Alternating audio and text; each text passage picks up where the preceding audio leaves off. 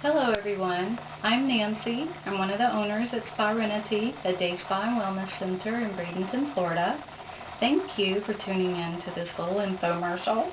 I am very proud to announce that I do have my own signature cosmeceutical line. I have been working with a laboratory that's out of Texas for about 8 or 9 years now, and recently they have worked with me to develop a product that helps with thinning hair and with hair loss. We've been trying it on quite a few people before we released it to the public, but we're very excited about the results. Did you know that hair's primary function is sensory? When the hair bends, it's wrapped around the nerve, or the nerve's wrapped around the hair, and both of them send a message to the brain that something has occurred, whether it was injurious or either pleasurable. So our hair is very important to us, both aesthetically and as a function of the human body. There are a lot of questions about who has hair loss and why.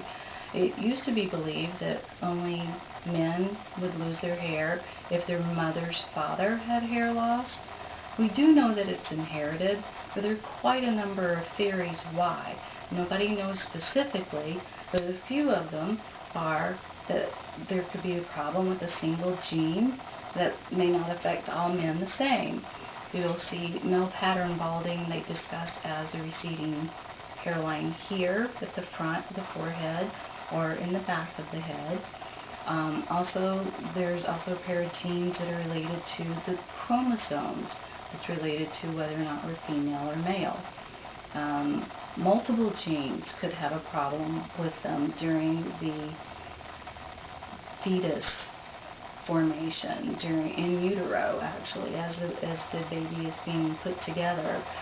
There may be some aberrancies or abnormalities with that particular gene and chromosome that keep it from producing hair normally. And a person who experiences hair loss and has a family history of it on either side of the family is probably more than likely going to have that experience themselves. The good news is that if you know someone in your family who has had the hair loss, it doesn't mean you have to experience it too. The key ingredients with these three products are hexapeptide 11.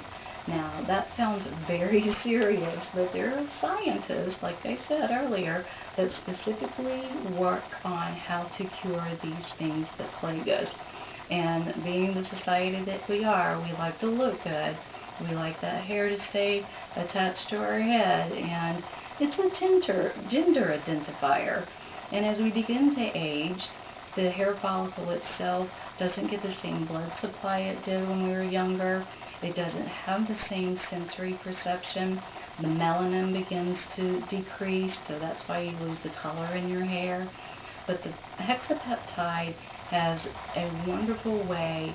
Peptides in general are correlated to proteins. So they work together on those chromosomes and genetic abnormalities to put things back into place. The other key ingredient that can be found, especially in the shampoo, is sea buckthorn seed oil. Kind of hard to say, but that adds fatty acids to the hair and the essential nutrients that you would find, like for instance when people talk to you about taking omega-3 fatty acids. So it's very healing for the hair follicle itself. The other thing is fennel extract and aloe vera. We've always heard that aloe vera is good for the skin, and especially when there's been some sort of trauma. The body doesn't feel like it's acting normally when the hair starts falling out. So these antioxidant type of ingredients, even though they're herbs and natural botanicals, will go in to repair the function of the hair follicle and re-stimulate the whole blood supply and follicular growth. It has one other ingredient in there that's very nice that I haven't seen in other products before, and that's fruit juices that come from sugar cane, lemon, and apple. And those all act to more or less debulk the skin so that the phytonutrients that are in these shampoos are able to penetrate into the follicle. And so where this fine little baby fuzz type of hair we know as vellus hair can transform into a thicker, fuller hair that we call a terminal hair. And that's like the hair that you have on your eyebrow or the hair that's on our head right now. Those are known as terminal hairs. This system involves you using the shampoo, using the conditioner, and just 3 or 4 drops of the serum. Ideally, you would use it on a daily basis. Ideally, you would gently dry your hair, not rough with a towel, just gently dry, maybe with a hair dryer set on a low setting. And then the serum is a leave-in conditioner and a leave-in product that helps the healing process, as we've already discussed. So we're looking forward to showing you our before and after pictures. And I don't know who's going to want to run in front of the camera and show you on a live video, but I've got where we started with our befores, and then we'll show you at 3-month mark afterwards. So stay tuned for that. Thank you.